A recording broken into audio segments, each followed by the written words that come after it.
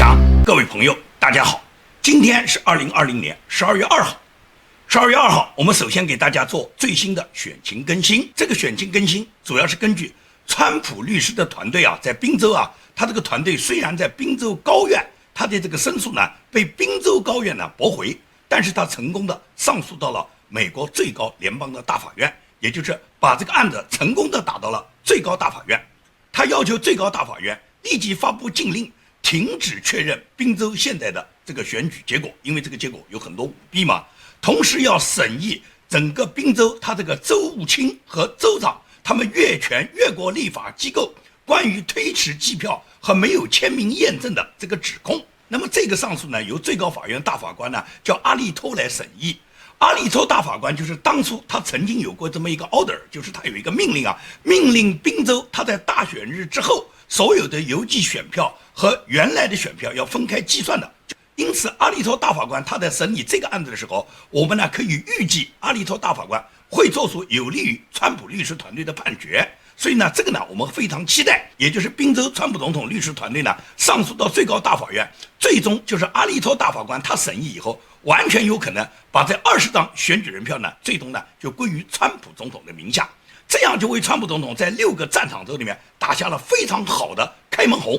也就是另外几个州都完全有可能效仿这个州。那么最终川普总统拿下今年的大选是胜利有望。这是今天的最新的选情变化。你不要看这个媒体上面是怎么去抹黑川普，现在媒体仍然是一边倒的要求川普赶紧搬出白宫，赶紧交权吧，没有什么舞弊，这个舞弊根本不存在。包括昨天主流媒体基本上全部都在登载，说是司法部长巴尔说没有任何欺诈证据能够认为本轮大选会改变他的选举结果，这就是司法部长巴尔他背叛川普，他对外面发表的他的这个讲话，所有的主流媒体都登了。所以说呢，巴尔这个人呢，我多次跟大家评论过，他就是完全辜负了川普总统对他的信任。川普总统亲自任命他为司法部长，本来他应该是完全帮助川普总统在排干华盛顿沼泽，在清除所有的华盛顿里面这些政客们腐败方面，从司法角度来讲维护国家法治的。但是巴尔完全不是这样做，他实际上就是潜藏在川普总统身边的一颗定时炸弹。司法部所管辖的联邦调查局完全不作为，而且他们是帮助民主党掩盖他们的犯罪证据，同时呢向川普总统释放了非常多的冷箭。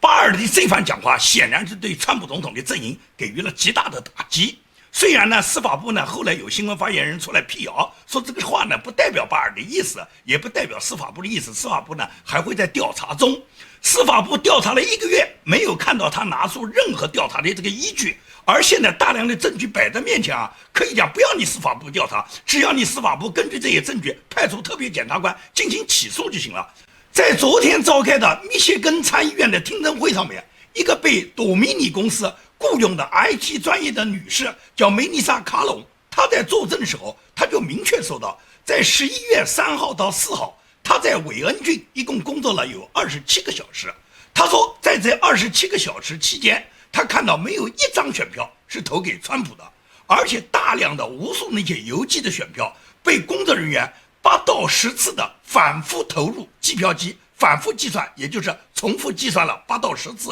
所有的这些选票一律是投给拜登的。My name is Melissa Carone. I am a resident of Wayne County. I have a background in IT and cybersecurity.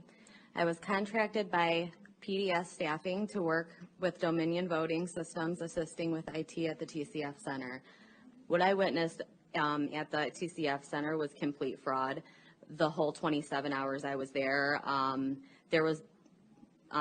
batches of ballots being ran through the tabulating machines numerous times, being counted 8 to 10 times. I watched this with my own eyes. I was there to assist with IT. There was not a single ballot the whole night, the whole 27 hours I was there that I saw that was for Donald Trump. Not one,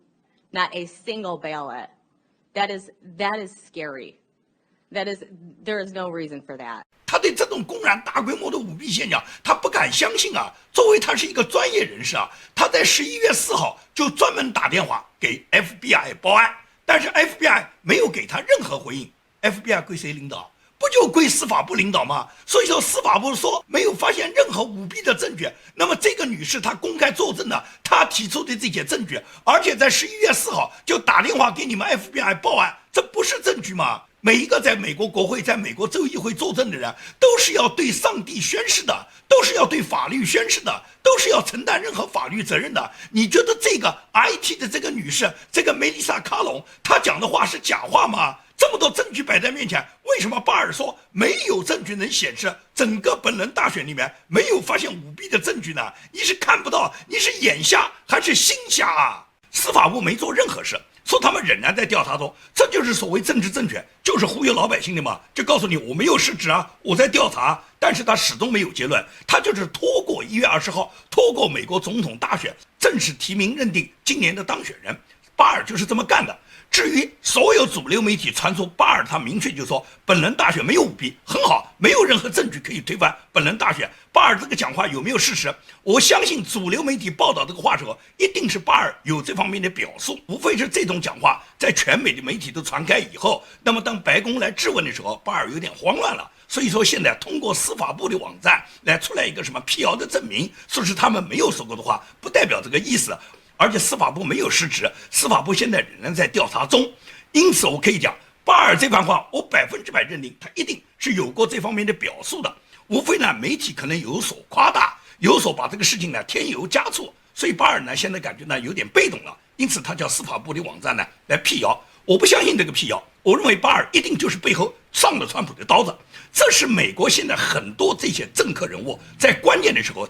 他们的立场变化，因为这些人都盼望的川普赶紧走，赶紧离开白宫，他们赶紧跟民主党勾兑，至少这些政治建制派的人，他们认为无论你哪个总统来掌权，至少是我的饭碗，我的利益你要给我保留的。那种义正辞严指出本轮大选里面有舞弊的，往往都是那些州里面的议员，或者是很多州长，或者是前任的州长参议员，他们往往看到现在这个舞弊已经导致的美国宪政遭到破坏，他们个人的义愤填膺。乔治亚州共和党前主席叫沙佛，他就曾经发表过一个推文，他就说民主党参选人拜登在他们乔治亚州的迪卡布尔布县，他获得的这个投票率已经达到了99.9%，他直接创造了世界纪录，这个纪录只有曾经的金正日跟他是平齐的，也就是说拜登居然有得到一个县里面99.9%的选民对他的支持。你觉得这个数据是真实的吗？拜登真的能得到那么多人民拥护吗？你叫拜登到这个县去一次吗？你看看这个圈里面会不会99%的人都出来迎接他，都来拥护他？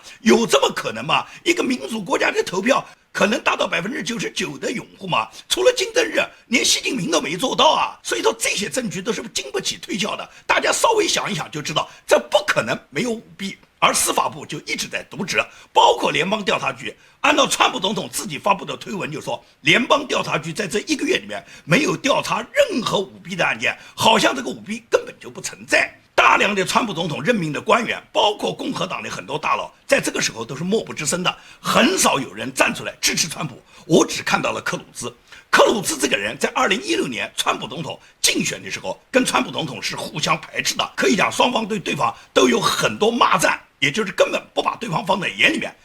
但是川普总统执政这4年，克鲁兹完全看到了川普总统为维护美国国家利益，维护共和党的利益，打击中共以及回归美国的传统价值观，他做出的卓越贡献。因此克鲁兹在这个关键的时候，他体现了他人格高贵的一面。虽然我们很难预测华盛顿的政客们他们变脸的速度，但是克鲁兹至少在目前他的人品是远远优于大部分的共和党的这些大佬们的。相比之下呢，卢比奥呢就让我相当失望。可以讲我对卢比奥参议员一向是非常的尊重，但是呢，当这次川普总统大选发生这些舞弊事件之后，卢比奥呢他不但是没有站出来去力挺川普，他也没有保持他自己的沉默。当共和党组织了一个要求川普放弃调查，交权给拜登这个签名名单公布的时候，第一个是共和党的大佬叫罗姆尼，第二个就是卢比奥。我看到卢比奥的名单，可以讲我难过了好几天，我一直呢不想说这个事，但是今天呢我忍不住，因为克鲁兹已经站出来明确的表达支持川普总统的态度，而卢比奥在这个名单上签字放在第2位，我实在不知道卢比奥他真的是不支持川普总统的政策吗？他不知道川普总统对中共打击的这种厉害性吗？他不知道拜登是跟中共绥靖、跟中共勾结，最终在中共面前出卖美国的利益的吗？罗比奥不是一个不聪明的参议员，他难道看不到这个结果吗？所以说，罗比奥在要求川普立即放弃权力，然后放弃调查，然后乖乖的离开白宫，让拜登来掌权的这个名单上签字，我实在是心里面非常的难过。但是很多人可能都很难以接受，像罗比奥这样的参议员，我怎么会去批评呢？我可以讲，政客没有什么不可以批评的，因为政客不仅仅是看他有没有才华，更重要是要看他有没有良知。我讲这个话呢，可能有很多人不接受，因为他们认为政客就不可能有良知，不伤天害理是当不上政客的。这个呢，我认为呢，形容中共呢更准确。美国呢，确实也有很多丧失良知的政客，但是我们要看到，在民主国家，尤其像美国这么发达的民主自由国家，毕竟是有一部分人是可以坚守良知的和守住价值观操守的领袖人物的。比方说，在川普总统本轮大选出现的严重舞弊的事件发生之后，共和党的参议员、司法委员会主席格林瑞姆和共和党多数党领袖麦康奈尔，他们就守住了这个底线嘛，他们就坚持要调查清楚整个大选舞弊的状态，他们坚决支持川普总统的律师团队能把所有的事情都查清楚。包括共和党籍的参议员就霍利也呼吁最高法院应该立即受理川普律师团队的上诉，他是继克鲁兹之后第二位提出这个呼吁的美国的支持川普的参议员。可以讲，川普总统自从2016年当选以来，从来就没有得到过共和党建制派大佬的支持，尤其是以布什家族为首的共和党建制派的这些大佬，他们不仅不支持川普，而且他们直接站到了拜登、站到了民主党那一面，相反，他们联合拜登、联合民主党去打击陷害川普。这种事例已经发生了很多，所以说川普总统是腹背受敌，但是川普总统是愈战愈勇。他根本就不在乎这些明枪暗箭，他率领着他的律师团队，现在正在向最高法大法院去申诉他们已经掌握的证据，希望最高法院大法官能秉公执法。这一天我相信一定会到来。只是呢，中共呢，他利用了美国现在的宪政危机，所以中共呢现在就加紧兴风作浪，加紧打击异议人士。这两天对香港的3个民主异议人士，对3个香港优秀的青年，就是黄之锋、周挺他们几个人，对他们进行了判刑，而且这次判的实刑，不予以保释。虽然判的刑期呢不像中国大陆判的那么长，因为中国大陆像我们这些人在年轻的时候，因为反对共产党，共产党一判就是10年以上，可以讲10年、15年无期徒刑比比皆是。那么香港呢判刑呢没有那么多，大致也就是1年左右，但是判刑香港的异议青年，完全就标志着香港一国两制的彻底失败。香港出现了政治犯，实际上就是标志着一国两制和香港的自由民主制度已经完全被中共毁灭。因为中共呢，他现在已经嗅出了这个味道，他始终认为拜登肯定是上台了，拜登一旦上台，中共呢就逃过又一劫。因为本来大家就知道，在川普总统的严厉打击下，中共已经可以讲叫气息奄奄，因为川普总统就是美国优先，要把大量的产业从中国撤回来，尤其是香港民主人权法案。根据香港民主人权法案原来确定的是应当在10月份就出台对中共的一个金融打击政策，这个金融打击政策按照蓬佩奥他的团队已经给出的方案，就是在今年的10月份以后，应当宣布对香港的所有的中资银行，首先是让中资银行把他们踢出美元体系，那么先踢出中资银行，然后再观察所有在香港的外企银行、外资银行。因为大家都知道，中国国内的所有各大银行基本上在香港都有分行的。如果说美国对香港的中资银行进行打击，把他们踢出美元体系的话，实际上就意味着中国大陆所有的银行，它已经全部被美国已经踢出美元体系了。如果是在香港的其他的外资银行，就类似于像汇丰银行、渣打银行这一类的外资银行，如果他们不能够遵守美国的制裁规定的话，那么这几个银行也会被美国踢出美元体系。一旦香港的所有银行，不管是中资还是外资，都被美国踢出美元体系的话，就标志着中国所有的银行系统，中国大陆的所有的银行系统，包括香港的外资银行系统，通通被美国踢出美元体系了。踢出美元体系意味着什么？意味着中共的什么2025一带一路，中共所有跟其他国家之间的各种贸易就全部停止了哇！因为大家拿不到美元，谁跟你中国做生意呢？它只可能是易货贸易，就是比方说伊朗你给我石油，我中国给你拉过去大量的物资，可能跟伊朗用这种物交换的方式，在专制国家可能能实现，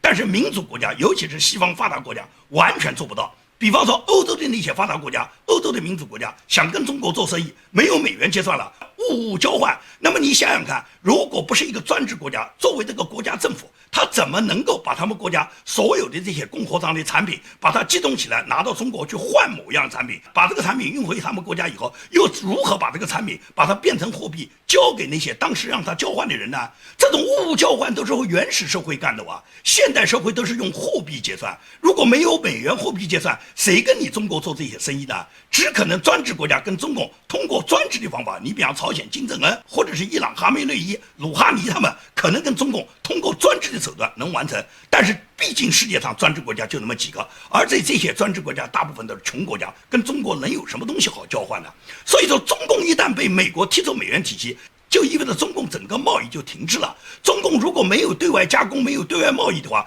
中共在本地割韭菜，韭菜割不到了，因为韭菜们活不下来啊，韭菜们活不下来就生长不了。那么最终因为韭菜自身没有成长性，那么中共割不到韭菜，中共这个国家你觉得经济上的消亡，不就等于共产党很快就要灭亡吗？所以按照川普对中共的打击政策，很快共产党就要报废了。但是没想到共产党命就那么好，他就能够盼来拜登能够执掌政权。如果拜登执掌政权，拜登已经明确就说嘛，肯定是继续推行全球化嘛。你从拜登现在打算任命的他这个组阁的名单里面就可以看出，拜登基本上任命的所有他这个组阁名单里面的各个部长，包括他的国务卿，包括他整个内阁里面组成的大小官员，基本上是照搬了奥巴马当时的原班底，就是这些人全部成为推进全球化运动的主力先锋。而这些人推进全球化，实际上主要是为他们家族跟中共勾兑以后可以获取大量的利益。所以说，一旦拜登如果执政的话，毫无疑问来讲，中共就立即恢复了跟美国类似于奥巴马时期跟中共之间的经贸关系。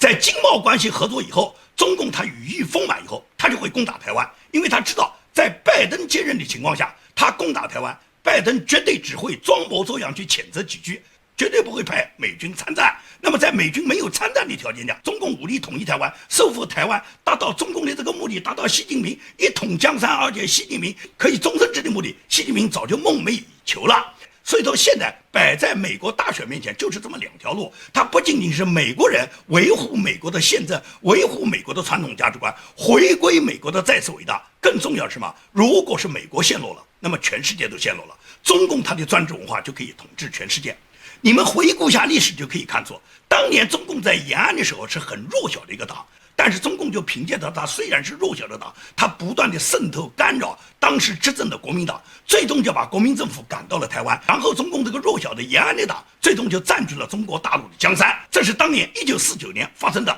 中国的社会主义革命。到了1979年，伊朗又重演了这个革命，也就是1979年，伊朗人民敲锣打鼓把霍梅尼迎回了德黑兰。当霍梅尼在德黑兰执政以后，然后伊朗从那一天，从1979年开始到现在这么40多年来，就完全陷入一个邪教控制的黑暗，整个伊朗就成为一个专制国家。所以说伊朗也好，中共也好，他们所制造的这些人权、产权、人寰的这个悲剧，现在是不是在美国也会上演？美国如果滑向委内瑞拉，滑向南非，它仅仅是几年的功夫，今年就到了生死关头。那么在这个生死关头，美国会怎么做呢？可以讲，现在无数有识之士，包括川普总统团队的林伍德大律师，还有很多美国的政界人物，包括美国很多民众，他们的呼声就是希望川普总统能够仿效林肯，动用戒严法，军管美国，重新选举美国总统。因为民主党公开支持黑名贵，支持安提法，暴力攻击美国的警察，捣毁美国的警察局，推翻美国先贤和美国建国国父们的雕像，烧毁民宅，打砸商店，攻击法院与私人企业，威胁和殴打很多无辜的平民，肆意践踏了美国的法律，誓言要剥夺言论自由和信仰自由，取消人们的拥枪权，取消选举人票，开放美国大门，把美国变成委内瑞拉和变成南非。所以说美国人民这时候难道不应该支持川普总统来拯救美国吗？面对美国这种一触即发的相当于当时南北战争的这种局面，很多美国的知名人士呢都提出了一个正确的方向。这个正确方向就认为最高法院应当宣布本次选举存在着大规模的欺诈舞弊，违背了美国的宪法，因此川普总统有权宣布国家进入紧急状态，进行军事戒严，类似于林肯总统当年南北战争时候他发起的那次军管行动。那么一旦军管之后，立即可以逮捕所有那些左派造谣谎言的那些媒体老板，包括那三大社交媒体的网络公司的 CEO， 逮捕那些民主党参与造假的那些大佬，各州政府参与叛乱的各种叛乱的制造者、叛乱的组织者，然后重新选举，废除邮寄选票。任何一个选民必须拥有美国公民身份，至少他的选票要得到2党的监票人来验证他的 ID 以后，然后来确认这张选票。所有的统计一律恢复原始的手工统计，废除机器统计，杜绝任何舞弊现象。所以说美国已经走到了可以讲一触即发的这一步。当然很多人不希望美国走到这一步，但是没有人愿意美国的民主制度被破坏，走到内战的地步。美国能不能继续下去，完全在于美国的价值观能否回归，美国的制度能够继续保证美国宪法的履行。很多反对川普总统支持拜登的那些人，我不知道你们有没有看到川普总统对中共所下的那些狠手，有可能你不愿意承认，但是对那些反对川普挺拜登的那些人，我想我就几个问题问问你，你能回答我这几个问题？你能预见这几个问题的结果吗？你愿意让你12岁的女儿就跟别人性交了，而且还告诉你你女儿这种性交是合法化，你愿意吗？你支持拜登就是这么一个结果。你愿意让你全家吸毒，然后心安理得的告诉你所有的邻居，告诉你所有的朋友，你全家吸毒是享受了拜登的政策，享受了民主党的政策，是合法化吗？你愿意美国开放边境，大量的非法移民全部涌入你住的城市，然后享用纳税人，包括你这个纳税人所交纳的所有的税收，让他们跟你共享你们城市的资源吗？你愿意民主党打压你可以进入基督教会，你正常追求基督信仰的权利吗？你愿意支持同性恋，支持黑名贵，支持安地法来打击传统家庭，然后在街上制造各种打砸抢烧？你愿意这种现象在你所居住的城市每天都在发生吗？你愿意警察都下岗，监狱的罪犯全部释放，然后你居住的城市里面每天都发生抢劫盗窃，而且是$950以下就根本可以不用起诉？你觉得你愿意生活的城市就是这样一个状态吗？所以说这些问题都是民主党给你马上就带来的，这个结果你愿意去承担吗？很简单的道理嘛。因此可以讲，我建明支持川普总统，不仅仅支持川普总统，他力排华盛顿的沼泽。川普总统要回归美国的自然价值观，更重要的是川普总统把美国要把它矫正，按照国父们所追求的基督信仰，要回归美国的传统文化，要知道美国的再次伟大，使美国仍然成为我们信仰的一个伟大的民主自由国家，这是我们的追求。而那些反对川普挺拜登的，他们都不断地在打击那些支持川普总统的人，包括吴建民吗？我建民仅仅是到华盛顿地区去处理我自己认为非常紧急的事务，我去了1个礼拜。就在这1个礼拜期间，我还是事先在我的节目里面向我的所有听众都事先请了假的，告诉大家下个礼拜会回来恢复我的节目。仅仅是这1个礼拜我没有做节目，在请假的这个状态下，毕竟不是所有我的听众都看到了我的请假，大部分不知道不了解的人，在网上就有很多谣言在传出来，有的蚂蚁就造谣说我已经回国了，一边休假一边接受共产党组织给我布置的任务，还有人说他已经在国内看到我了，看到我在国内跟一帮人坐在北京的大排档在喝酒。你怎么不说我到三里屯去找彭丽媛？彭丽媛不是你们蚂蚁帮说他在三里屯卖淫吗？你怎么不说在三里屯看到我和彭丽媛的呢？